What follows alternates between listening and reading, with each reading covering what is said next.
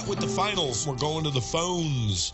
I'm just so sick of the national media painting us as losers. I'm not going to be devastated if they lose because they're not supposed to be here. I am all in. This is like a Disney movie with him coming back. You can't tell me this wouldn't be one of the greatest stories in sports ever. How did this happen? How did words on paper become a journey of hope for an entire city?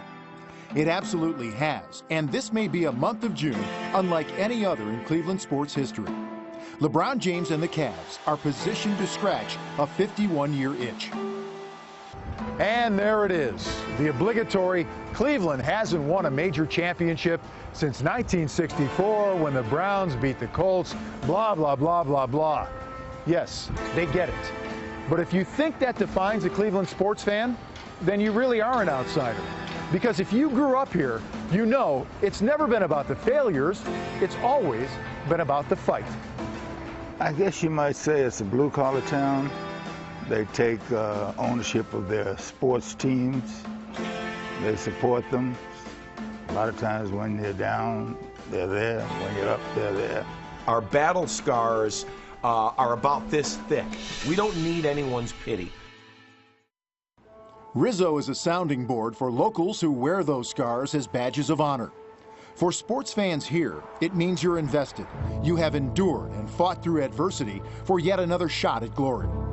That goes for former Cleveland athletes as well, like Ernest Biner, whose miscue in the 1988 AFC Championship game is forever known as the fumble.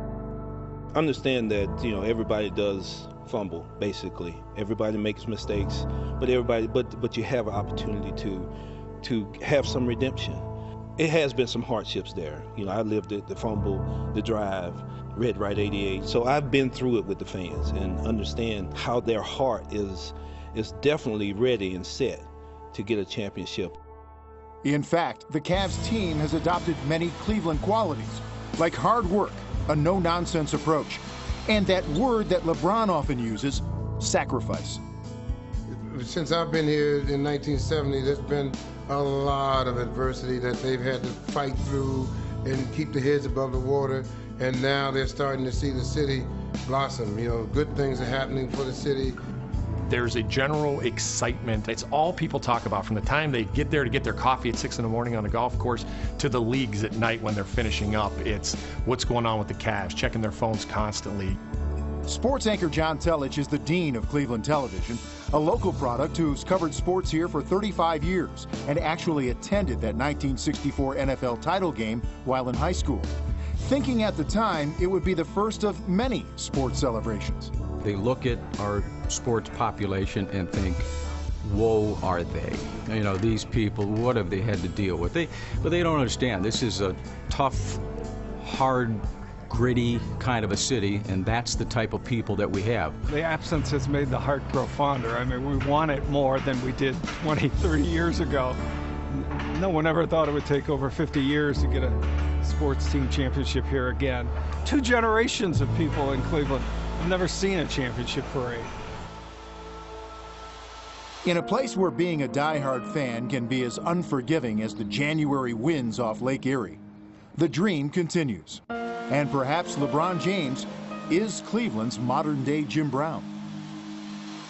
Well, LeBron is a tremendous human being. I don't compare him to myself or anyone. He stands alone. He has great wisdom for a young man, great team player, unselfish, and then to come back to Cleveland because that's home. It's just a wonderful thing to watch, because you don't see that kind of unselfishness in today's athletes in general.